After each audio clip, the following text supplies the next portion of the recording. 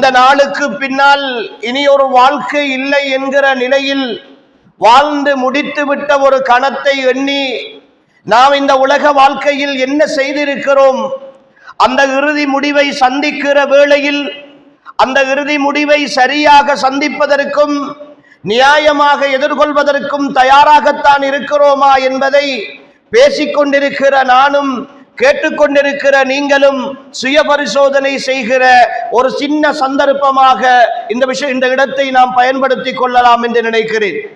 அன்புக்குரிய சகோதரர்களே, நாளாந்தம் நிறைய உபதேசங்களை கேட்கிறோம், நிறைய நல்ல விஷயங்களை படிக்கிறோம். சமூக வலைத்தளங்களை திறந்தாலும் சரி, அல்லது இணையதளங்களை திறந்தாலும் சரி, அல்லது ஏனைய இடங்களில் பலரை சந்திக்கிற பொழுதும் நிறைய தகவல்களை கற்றுக்கொள்கிறோம். மார்க்க சம்பந்தப்பட்ட விஷயங்கள் ஏலவே நிறைய எங்களுக்கு தெரிந்திருக்கின்றன. ஆனால் எங்களுடைய சொந்த வாழ்க்கையை எடுத்துக்கொண்டால் படிக்கிற விஷயங்கள், தெரிந்திருக்கிற தகவல்கள், அல்லாஹும் அல்லாஹுடைய தூதரும் சாட்டி தந்திருக்கிற வழிமுறைகள் எங்களுடைய வாழ்க்கையில் முழுமையாக பின்பற்றப்படுகிறதா என்ற கேள்வியை கேட்டால், அன்புக்குரிய சகோதரர்களே, நிறைய பேரிடத்தில் இந்த கேள்விக்கான பதிலில் விகிதாசார அடிப்படையில் குறைபாடு இருப்பதை நாம் உணர முடியும். உண்மையில் 100% யாரும் இதில் சரியாக இருக்க முடியாது. ஆனாலும் ஒரு 150%, ஒரு 40% அல் குர்ஆன் சுன்னா சொல்லுகிற வாழ்க்கை திட்டத்தை எங்களுடைய குடும்ப வாழ்க்கையிலும் சமூக வாழ்க்கையிலும் அமல்படுத்துகிறோமா என்றால், அன்புக்குரிய சகோதரர்களே, அது மிக குறைவாக அல்லது ஒவ்வொரு நாளும் குறைந்து கொண்டு செல்கிற ஒரு சமூக சூழலை பார்க்கிறோம். இதற்கு என்ன காரணம்? எத்தனையோ நல்ல விஷயங்களை கேட்கிறோம். ஒரு ஜும்மாவுக்கு வந்தால் இமாம் 4 நல்ல விஷயங்களை சொல்லுகிற பொழுது, அதை கேட்கிற பொழுது உள்ளத்தில் இருக்கிற உணர்வும் சிந்தனையும் வெளியிலே சென்று அவர் தடுத்த விடயங்களை, பாவங்கள் என்று சொன்ன விஷயங்களை சந்திக்கிற பொழுது அதை தவிர்த்து விட வேண்டும், அதை விட்டு விலகிவிட வேண்டும் என்கிற அந்த தைரியம், மன உறுதியும் கிடையாது. அதே நேரம் ஒரு நன்மையான காரியத்தை பற்றி ஆர்வமூட்டி பேசுகிற பொழுது, கேட்டுக்கொண்டிருக்கிற பொழுது வருகிற உணர்வு, மீண்டும் அந்த சந்தர்ப்பத்தை சந்திக்கிற பொழுது நாம் தொழுது விட வேண்டும், நன்மைகள் செய்து விட வேண்டும், அல்லாஹுக்காக வாழ்ந்து விட வேண்டும் என்கிற மனோ பக்குவத்தை கூட எங்களுடைய வாழ்க்கையில் காண முடியவில்லை. தொழுகையை பற்றி பேசுகிற பொழுது நியத்து வைப்போம், ஒவ்வொரு நாளும் இனிமேல் ஜமாத்து தொழுகையை தவற விடுவதில்லை என்று எங்களுடைய உள உறுதி, அந்த இயல்பான தன்மை எங்களுக்கு சொல்லும். ஆனால் வெள்ளிக்கிழமை ஜும்மா தொழுது விட்டு போனால் அசரு தொழுகைக்கான ஜமாத்து தொழுகை கூட பலருக்கு கிடைப்பது கிடையாது. ஒவ்வொருவரும் உள்ளத்தில் கை வைத்து சிந்தித்து பாருங்கள். தொழுகை கடமை என்று தெரியும், அதிலும் ஆண்களாக இருக்கிற எங்களுக்கு ஜமாத்து தொழுகை கடமை என்று தெரியும். ஒவ்வொரு நாளும் குறைந்தது இந்த கடந்த வாரத்தில் போன வெள்ளிக்கிழமையில் இருந்து இந்த வெள்ளிக்கிழமை வரைக்கும் நான் 5 நேர தொழுகையையும் இமாம் ஜமாஅத்தோடு ஒவ்வொரு நாளும் பள்ளிவாசலில் தொடராக நிறைவேற்றி இருக்கிறேன் என்று சொல்லக்கூடிய சகோதரர்கள் எத்தனை பேர் இந்த சபையில் இருப்போம்? உண்மையில் ஒரு பள்ளியினுடைய இமாம் அவர் விடுமுறை எடுக்காமல் இருந்தால், அவரும் அந்த பள்ளியில் பாங்கு சொல்லுகிற முஅத்தினாரும் அவரோடு சேர்ந்திருக்கிற ஒரு சிலரும் மட்டும்தான் தொடர்ச்சியாக ஒவ்வொரு நாளும் 5 நேர தொழுகையையும் ஜமாஅத்தாக நிறைவேற்றுகிறார்கள். ஏதோ ஒரு நடைமுறை காரணங்களால் தவறி போதல் என்பது வேறு. ஆனால் வேண்டுமென்றே தெரிந்து கொண்டு பாங்கு சொல்லுகிறது என்பதை விளங்கிக் கொண்டு கூட பள்ளிவாசலுக்கு வந்து தொழுகையை நிறைவேற்ற வேண்டும் என்கிற அந்த உணர்வு உள்ளத்தில் யாருக்கும் வருவது கிடையாது. கடைகளிலே நிற்போம், வீதிகளிலே நிற்போம், வெளியிடங்களிலே நிற்போம், பாங்கு சத்தம் கேட்கும், பள்ளி பக்கத்தில் இருக்கும், பக்கத்து ரோட்டிலே இருக்கும், தொழுவதற்கான அத்தனை வசதிகளும் இருக்கும். ஆனால் நண்பனோடு பேசிக் கொண்டிருக்கிற, ஒரு கஸ்டமரோடு வியாபாரம் செய்து கொண்டிருக்கிற, அல்லது ஒரு மைதானத்திலே விளையாடி கொண்டிருக்கிற அந்த நிலையை விட்டு விட்டு வந்து தொழுது விட்டு போவோம் என்கிற மனோநிலை, அந்த மனோபக்குவம் அன்புக்குரிய சகோதரர்களே நிறைய பேரிடத்தில் இன்று குறைந்திருப்பதை நான் காண்கிறோம். அடிப்படையாக தொழுகையினுடைய விஷயத்தில் இதுவென்றால், ஏனைய இபாதத்துகளை பொறுத்தவரை அன்புக்குரிய சகோதரர்களே நாம் பேச வேண்டிய அவசியமே கிடையாது. இப்படி இருக்கிற நிலைக்கு என்ன காரணம்? இப்படியே நாம் போய்கொண்டிருப்பது தானா? எது வரைக்கும் போக போகிறோம்? எந்த நாள் வரைக்கும் இந்த நிலை தொடரப் போகிறது என்கிற அந்த ஒரு கேள்விக்கான விடையை அன்புக்குரிய சகோதரர்களே இன்றைய நாள் கொஞ்சம் யோசித்து பார்ப்போம். இந்த பள்ளிக்கு வந்திருக்கிற சகோதரர்கள் ஒவ்வொரு சகோதரனும் அடிக்கடி நான் உணர்வூட்டுகிற விஷயம், அன்புக்குரியவர்களே, இந்த நேரத்தை நீங்கள் இப்பொழுது கற்பனை செய்து கொள்ளுங்கள். 12:45 உங்களுடைய உலக வாழ்க்கைக்கான முடிவு வருகிற நேரம். அந்த நேரம் நீங்கள் எல்லாம் இந்த பள்ளியை விட்டு செல்லுகிற பொழுது ஜனாசாக்களாகத்தான் வீடுகளுக்குள் சுமந்து செல்லப்பட போகிறீர்கள். உங்களுடைய உறவுகளை இனிமேல் நீங்கள் சந்திக்க முடியாது. உங்களுடைய மனைவியோடு கொஞ்சி விளையாட முடியாது. உங்களுடைய பிள்ளைகளை அணைத்து முத்தமிட முடியாது. நீங்கள் ஓடி வந்திருக்கிற வாகனங்களிலே ஏறி பயணிக்க முடியாது. நீங்கள் கட்டி வைத்திருக்கிற உங்களுடைய வீடுகளில் சொகுசாக நீங்கள் தூங்க முடியாது. இந்த நிமிடத்தில் அல்லாஹ் சொல்லுகிற வலிகுல்லி உம்மத்தின் அஜல் வஇதா ஜாஅ அஜலுஹும் லா யஸ்தஅகிரூன ஸாஅத்தன் வலா யஸ்தக்திமூன். ஒவ்வொருவருக்கும் ஒரு தவணை இருக்கிறது. அந்த தவணை வந்தால் அவர்கள் ஒரு வினாடியும் பிற்படுத்தப்படவும் மாட்டார்கள், ஒரு வினாடியும் உட்படுத்தப்படவும் மாட்டார்கள் என்று சொல்லுகிற அந்த தவணையின் கடைசி நேரமாக அன்புக்குரிய சகோதரர்களே, உங்களுக்கான இந்த 12:45 என்று சொல்கிற இந்த நேரத்தை நிர்ணயித்துக் கொள்ளுங்கள். அன்புக்குரிய சகோதரர்களே, இப்பொழுது என்னோடு வாருங்கள். உங்களுடைய உணர்வுகள் எல்லாம் மாறி போகிற நேரம் இந்த நேரம். உங்களுடைய சிந்தனைகள் எல்லாம் தவித்து போகிற நேரம் இந்த நேரம். ஏனென்றால் நீங்கள் இப்பொழுது மரணிக்க போகிறீர்கள். மரணத்திற்கான அறிகுறிகள் மெல்ல மெல்ல உங்களிடத்தில் உருவாகி கொண்டிருக்கின்றன. இதுவரைக்கும் நீங்கள் நினைத்திருந்தீர்கள், ஒருவர் படுத்த படுக்கையாக இருந்து நோயாளியாக இருந்து இயலாத ஒரு நிலையில் தான் மரணிப்பார் என்று நினைத்திருந்த அத்தனை கற்பனைகளையும் இந்த நிமிடம் உங்களுக்கு முன்னால் அந்த மரணம் உடைத்தெறிய போகிறது. நீங்கள் மௌத்தாக போகிறீர்கள்.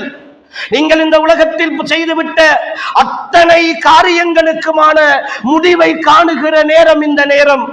அன்புக்குரிய சகோதரர்களே, ஒவ்வொரு நாளும் செவியேற்கிறோமே, இளவயது மரணங்கள், விபத்துக்கள், அனர்த்தங்கள், நோய்கள் என்று சொல்லி எத்தனையோ விதமான காரணிகளோடு 18, 20, 25 என்று வர்ணித்து போகிற வாலிபர்களுடைய ஜனாசாக்களை தூக்கி சுமந்தவர்கள் நாம்.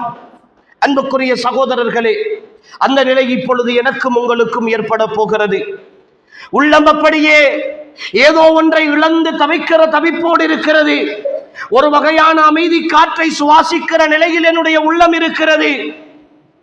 எல்லாவற்றையும் மறந்து போகிற நிலையில் நான் இருக்கிறேன். எனக்கு பக்கத்தில் யார் இருக்கிறார்கள், என்னோடு யார் பேசிக் கொண்டிருக்கிறார்கள், என்ன நடந்து கொண்டிருக்கிறது என்பதை புரிந்து கொள்ள முடியாத ஒரு வகையான மனோநிலை எனக்கு ஏற்படுகிறது. மெல்ல மெல்ல மெல்ல மெல்ல என்னுடைய உடம்பில் இருக்கிற பலமெல்லாம் அப்படியே பலவீனமாகி போய்கொண்டிருக்கிற உணர்வு எனக்கு ஏற்படுகிறது. இது வித்தியாசமான உணர்வு. எனக்கு எந்த நோயும் கிடையாது, நான் ஆரோக்கியமானவன். எனக்கு எந்த பிரச்சனையும் கிடையாது, நான் நல்ல நிம்மதியாக வாழ்ந்து கொண்டிருந்தவன். ஆனாலும் என்னை ஏதோ ஒன்று செய்கிறது. என்னுடைய உள்ளத்தை இறுக்கி ஏதோ ஒன்று அலர்த்தி கொண்டிருக்கிறது. மெல்ல மெல்ல என்னுடைய நினைவுகள் மாறிக்கொண்டிருக்கின்றன. நான் எங்கிருக்கிறேன் என்று புரிந்து கொள்ள முடியாத நிலை எனக்கு ஏற்படுகிறது. என்னுடைய உடம்பில் இருக்கிற பலம் என்னை விட்டு கொஞ்சம் கொஞ்சம் இழந்து போகிற நிலையில் இந்த பள்ளிவாசலின் ஒரு சுவரை தேடி நான் மெல்ல நகர்ந்து போகிறேன். அல்லது 4 பேர் என்னுடைய நிலையை பார்த்துவிட்டு இவர் மயக்கமடைய போகிறார் என்று சொல்லி என்னை இழுத்து கொண்டு போய் மெல்ல ஒரு சுவரிலே சாத்தி வைக்கிறார்கள். அவர்களுக்கு நான் மயக்கமடைய போகிறேன் என்று தெரிகிறது. ஆனால் எனக்கு தான் விளங்குகிறது, எனக்கு ஏதோ ஒரு வித்தியாசமான உணர்வு, வித்தியாசமான ஒரு நிகழ்வு என்னுடைய வாழ்க்கையில் நடக்கப் போகிறது. இதுவரைக்கும் நான் இந்த பூமியில் ஓடியாடி திரிந்தவன், சந்தோஷமாக வாழ்ந்தவன், வியாபாரம் செய்வதற்காக, தொழில் செய்வதற்காக, குடும்பத்தை கவனிப்பதற்காக எல்லா விதமான வாழ்க்கையின் சுகங்களையும் இழந்தவன் நான். தொழுகைக்கான அழைப்பு கேட்ட பொழுது வர முடியாமல் என்னுடைய வியாபாரத்திற்காகவும் தொழிலுக்காகவும் நேரத்தை கடத்தினேன். அல் குர்ஆனா அதற்கும் எனக்குமான தொடர்பு மிக நீண்ட தூரத்தில் இருந்தது. அல் குர்ஆனுக்கும் எனக்குமான தொடர்பு மிக நீண்ட தூரத்தில் இருந்தது. அல்லாஹ்வை பற்றி பேசுவதற்கும் கேட்பதற்கும் நேரம் இருக்கவில்லை. அல்லாஹ்வோடு உறவாடுவதற்கு சந்தர்ப்பம் இருக்கவில்லை. நான் மனிதர்களுக்காக வாழ்ந்தேன், அடுத்தவர்களுடைய புகழுக்காக வாழ்ந்தேன், அடுத்தவர்களுடைய திருப்திக்காக வாழ்ந்தேன், அடுத்தவர்கள் ஏதாவது எனக்கு தர வேண்டும் என்பதற்காக வாழ்ந்தேன். என்னுடைய ஒட்டுமொத்த வாழ்க்கையும் அல்லாஹ்வையும் அல்லாஹ்வுடைய தூதரையும் திருப்திப்படுத்தாத நிலையில் இருந்த வாழ்க்கை என்பதை நானாக ஒப்புக்கொள்ளுகிற ஒரு சந்தர்ப்பம் எனக்கு இப்பொழுது வாய்த்திருக்கிறது. ஒன்றுமே புரியவில்லை எனக்கு. நான் இப்பொழுது இழுத்து சாத்தப்பட்டிருக்கிறேன். என்னுடைய உடம்பு மெல்ல மெல்ல இறுகிக் கொண்டு வருகிறது.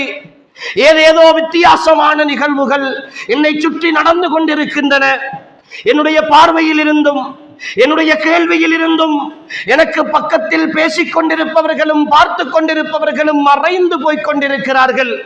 மெல்ல மெல்ல அவர்கள் புகைந்து போய்க் கொண்டிருக்கிறார்கள்.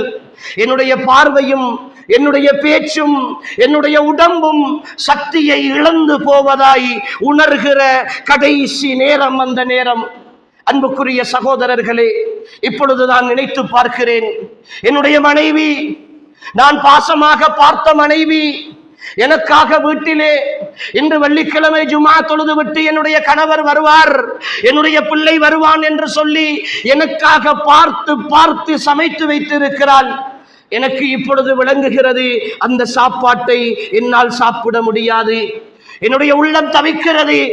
கடைசியாக ஒரே ஒரு முறையேனும் என்னுடைய மனைவியின் முகத்தை பார்த்து விட வேண்டும், அந்த பாச முகத்தை அணைத்து விட வேண்டும் என்று துடிக்கிறது. ஆனால் இப்பொழுது பள்ளிக்குள் நான் சக்ராத் என்று சொல்கிற மரணத்தின் கடைசி வேதனையில் துடித்துக் கொண்டிருக்கிறேன். என்னால் முடியாது.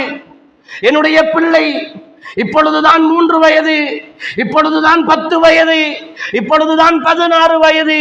வாழ வேண்டும், அவனை வாழ வைக்க வேண்டும்.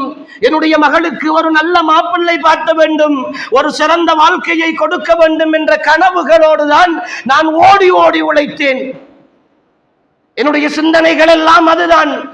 மகனை படிப்பிக்க வேண்டும், ஒரு நல்ல நிலையில் அவனை ஆக்க வேண்டும், ஒரு வைத்தியராக்க வேண்டும், ஒரு இன்ஜினியர் ஆக்க வேண்டும், ஒரு கல்விமானாக்க வேண்டும். அந்த முயற்சிக்காக எல்லாவற்றையும் செய்தேன். இப்பொழுது அந்த மகன் எனக்கு பக்கத்தில் இல்லை, அவன் எங்கோ ஒரு தூரத்தில் இருக்கிறான்.